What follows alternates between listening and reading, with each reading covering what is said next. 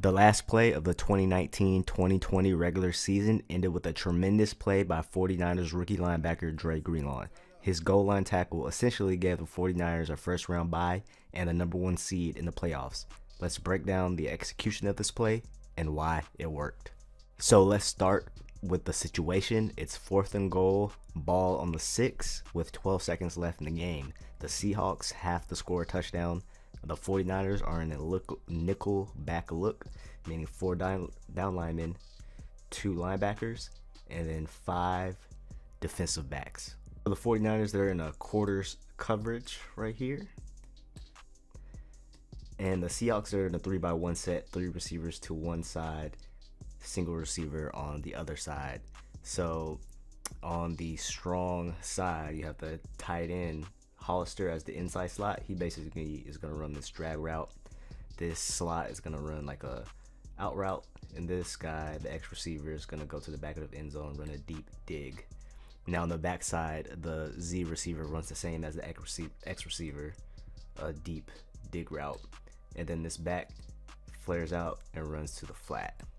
So we'll take a look back at the overtime game that the Seahawks played against the Bucks. They ran the exact same play to win the game. The difference is that the Bucks are playing in a cover 1 man.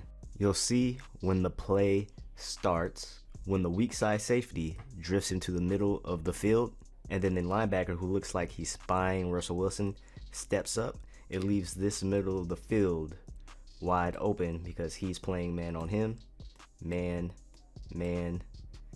He has man on the running back and he has man on the receiver.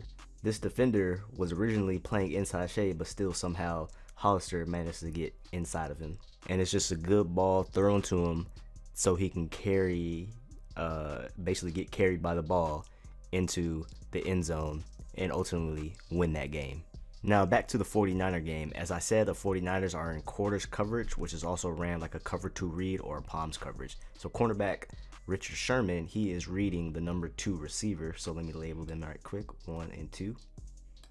So this #2 receiver runs out to the flats. So Richard Sherman is going to pick him up. The receiver runs like a deep dig, and now the safety, once #2 goes to the flat, the safety gets his eyes on #1, and he picks him up, and his route basically runs right into him. So it's easy. Now, as the play is developing, we'll take a look at Dre Greenlaw right here. So for this particular coverage, for Dre Greenlaw, he's basically protecting anything that comes inside of him. The running back right here runs to the flat, and the receiver don't even really come up to him. He's coming on over top of him. So he does a good job in recognizing the route combination, then turning his head to the inside to see if anything is in the hole of the zone. And obviously he identifies the crossing route and breaks on the ball. Just a great quick note, this is a goal line situation. We know most of the routes are going to be short to the goal line. So linebackers, they don't want to be dropping real deep.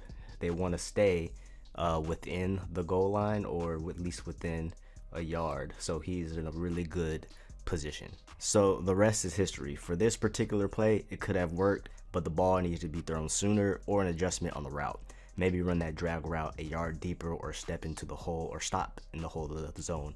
Regardless, the coverage call was perfect on this play, and Dre Greenlaw made an even better play with the tackle that ultimately changed the NFC playoff picture.